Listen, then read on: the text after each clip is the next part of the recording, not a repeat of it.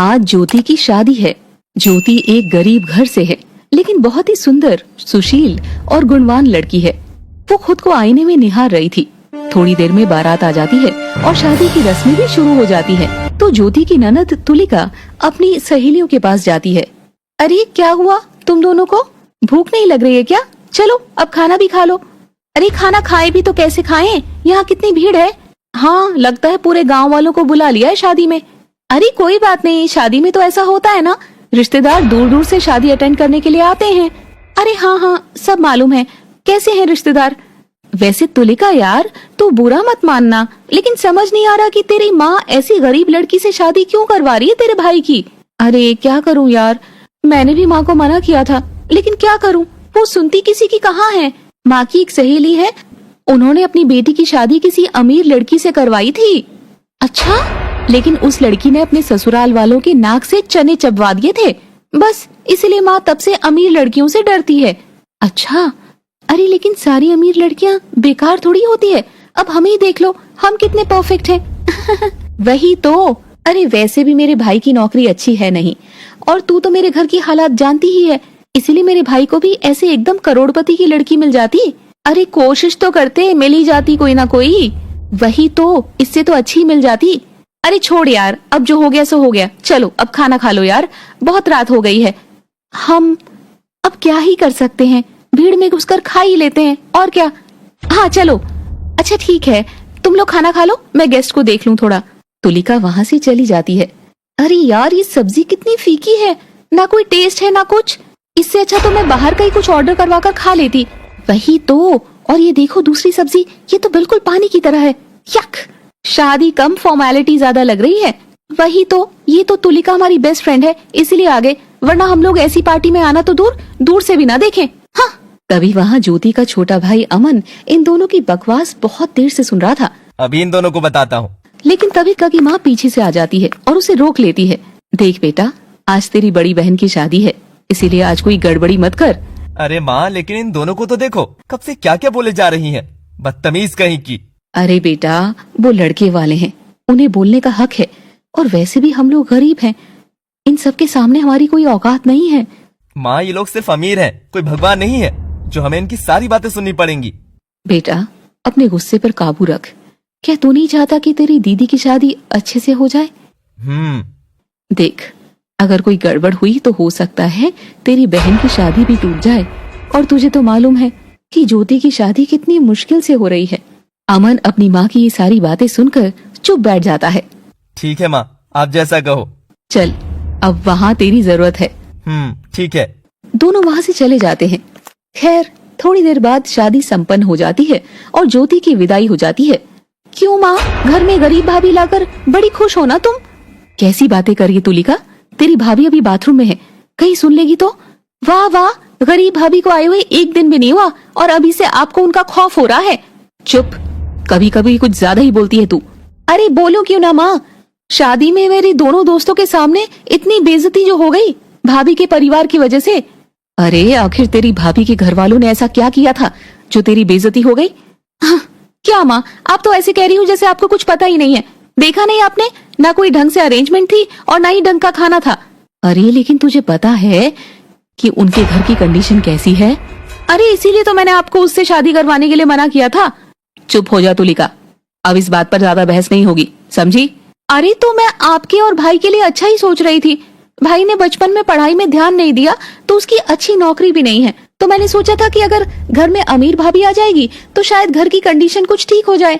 अरे तू हमारी फिक्र मत कर, तेरी तो अच्छी जॉब है ना, तू खुश रह बस। और वैसे भी 2 महीने बाद तेरी शादी है और तू पराई हो जाएगी, तू अब ससुराल वालों पर ध्यान दे। दरअसल तुलिका एक कंपनी में बहुत अच्छी पोस्ट पर जॉब करती है और उसका होने वाला पति भी बहुत अमीर है। अरे माँ, आप भी ना, आप तो मुझे प्यार ही नहीं करती हैं।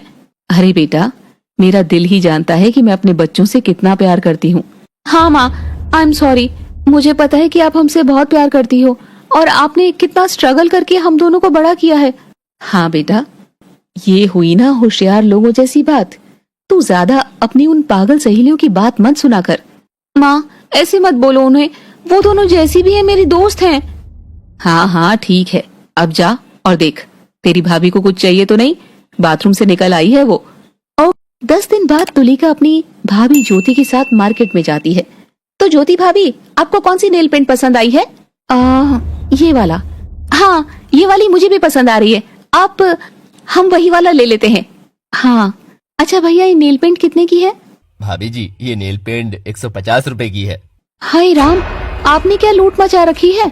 इतनी छोटी सी नेल पेंट का दाम 150 रुपए? अरे भाभी, ये क्या कर रही हो आप? चुप रहिए। अरे नहीं ननद जी, आप नहीं जानती हैं ऐसे लुटेरों को। बड़ी बड़ी दुकान खोल लेते हैं और 50-50 रुपए का माल 150 रुपए में बेचते हैं। ओ, खामखा यहाँ तमाशा मत करो। पता नहीं कहाँ से आ जाते हैं मुंह उठाकर। अरे एक तो कस्टमर को लूट रहे हो और ऊपर से धौंस दिखा रहे हो। तुलिका गुस्से में अपनी भाभी को दूसरी तरफ ले जाती है। भाभी शांत हो जाइए, क्या कर रही हैं आप? ननद जी देखिए तो ये अपने ग्राहक से कैसे बात कर रहा है। अरे भाभी, बड़ी बड़ी शॉप्स में हर सामान महंगा ही मिलता है। अरे नहीं ननद जी, यही सामान अभी आप छोटी दुकान में जाएंगे ना तो आपको 50 रुपए में मिल जाएगा। हम सच कहते हैं। भाभी अब बस बहुत हुआ, आप बाहर जाइए और मेरा वेट करिए, मैं अभी आती हूँ। ठीक है ननद जी। ज्योति शॉप से बाहर चली जाती है और तुलिका दुकानदार को समझाती है। आई एम सॉरी उनके बिहेवियर के लिए। आप ना एक काम करो, ये नेल पेंट 1 नहीं बल्कि 5 पैक कर दो, मैं कलर बता देती हूँ। अच्छा, कोई बात नहीं मैडम, ऐसे कस्टमर को तो हम रोज हैंडल करते हैं। जी एक्चुअली ना, वो मेरी सगी भाभी नहीं है, वो मेरी पड़ोस से है। मुझे नहीं पता था वो ऐसा कुछ करेंगी। अच्छा, तभी तो मैं कहूँ कि आप कहाँ और वो कहाँ। अच्छा मैडम, ये लीजिए आपकी 5 नेल पेंट्स। हाँ, थैंक यू सो मच। ये रहे आपके पैसे। मैडम जी, हमारे दुकान में फिर से जरूर आइएगा। या श्योर। इसके बाद तुलिका अपनी भाभी को लेकर सीधे घर चली जाती है। तुलिका पूरे रास्ते कुछ नहीं बोलती। अरे ननद जी, क्या हुआ? आप पूरे रास्ते हमसे बोली भी नहीं। कोई गलती हो गई क्या हमसे? अरे गलती नहीं, बहुत बड़ी गलती हो गई आपसे। आज तो आपने उस कॉस्मेटिक की दुकान में सबके सामने मेरा मजाक बनवा दिया। लेकिन हमने कुछ गलत नहीं बोला था ननद जी। अरे बकवास बंद करिए आप। आपसे तो बात करना ही गुनाह है। अगर आपके पास पैसे नहीं थे तो आप मुझे पहले बताती ना। तभी शोर सुनकर ज्योति की सासू माँ और उसका पति भी वहाँ आ जाता है।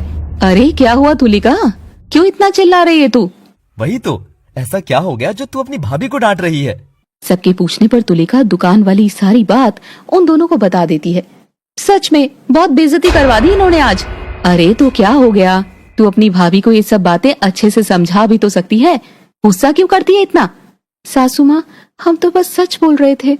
अरे ज्योति, लेकिन तुम्हें भी समझना होगा कि इतने बड़े बड़े शॉप में चीजों के प्राइस इतने ही होते हैं। जी हमसे गलती हो गई, हमें माफ कर दीजिए ननद जी। हम इतनी बड़ी शॉप में कभी शॉपिंग के लिए नहीं जाते हैं, तो हमको थोड़ा मालूम नहीं था। ठीक है। तुलिका अपने कमरे में जाती है। माँ जी, आप हमसे गुस्सा तो नहीं है ना? नहीं बहू, तो इतना मत सोच। हाँ ज्योति, इतना मत सोचो। 2 महीने बीत जाते हैं और तुलिका की शादी का दिन आ जाता है। तुलिका दुल्हन बनी अपने कमरे में बैठी थी, जहाँ उसकी सहेलियां भी थी। उसकी शादी काफी रॉयल तरीके से हो रही थी। यार शादी की अरेंजमेंट तो जबरदस्त है वैसे। हाँ यार, अरे तुम्हें तो पता ही है मेरा होने वाला हस्बैंड कितना अमीर है। मैंने उनसे कहा कि मेरी शादी तो ग्रैंड होनी चाहिए।